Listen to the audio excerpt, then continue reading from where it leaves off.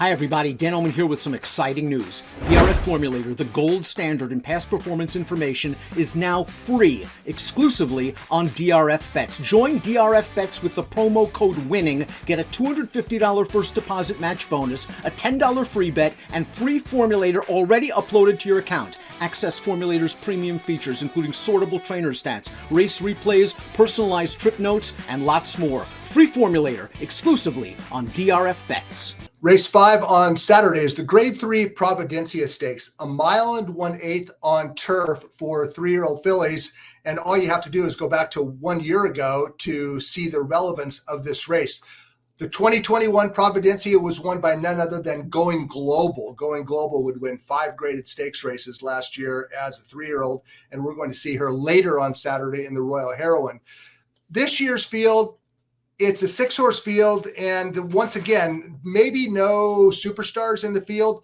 3 of the 6 runners are trained by Richard Baltas. Let's go ahead and take a look at the field. Those being the most accomplished, 2-time stakes winner, Lucky Girl. Number 2, Sterling Crest, a very intriguing entrant in this race for reasons that we'll discuss in just a minute. And Baltas was not originally planning on running number 5, Gold Dragon Queen, but when the field came up small, he said, what the heck, we'll take a shot with Gold Dragon Queen, who's going to be the highest price of the 3 Baltas trainees. Number 1, Eleuthera comes off a maiden win. Cairo Memories was a top 2-year-old last year. I don't know what she is this year. And 16 Arches makes her U.S. debut after winning her only start overseas. That was a January sprint in Ireland on synthetic, making her career debut, her U.S. debut. 16 Arches is for trainer Phil D'Amato. Okay, let's first talk about a filly that I don't like. And I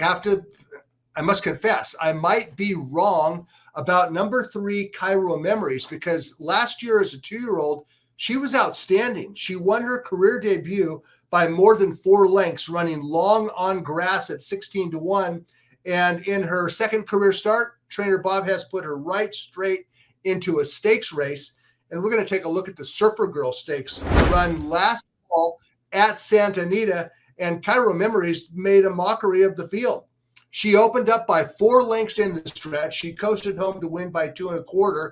In a decisive win, that made it 2 for 2 for Cairo Memories. Okay, in her very next start, they took a chance in the Breeders' Cup Juvenile Fillies Turf, and Cairo Memories did not have a great trip. She probably was not good enough, and she finished nowhere.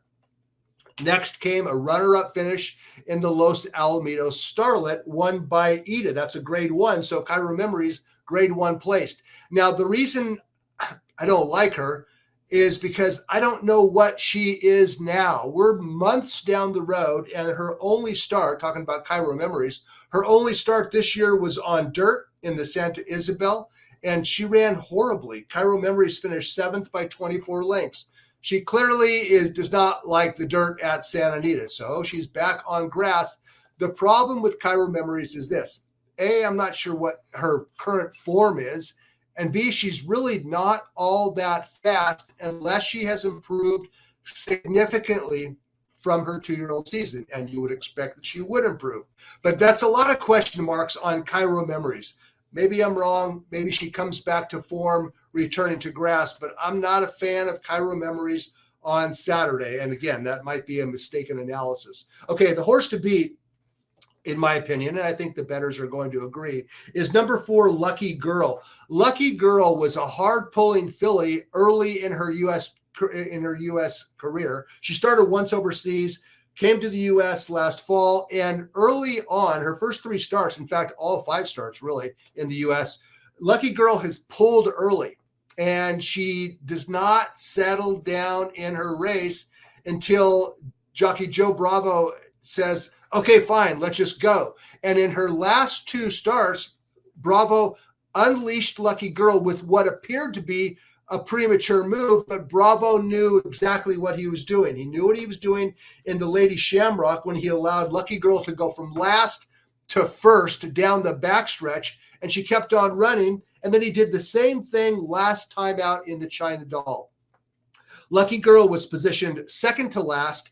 He let her make that middle move on the backstretch. into second position. Those early moves in grass races, they always backfire, don't they? Well, they don't with Lucky Girl, because Lucky Girl continued on and she won the China Doll. Let's take a look at the tape of the street run of the China Doll. And this is Lucky Girl after making that early move. Do yourself a favor and fire up Formulator and go back and watch the entire race. You'll see that middle move that Bravo made on Lucky Girl, and she continued on. On the far outside is Sterling Crest. Now, Lucky Girl got the jump on Sterling Crest in the China Doll, but Sterling Crest finished okay. The difference on Saturday is this.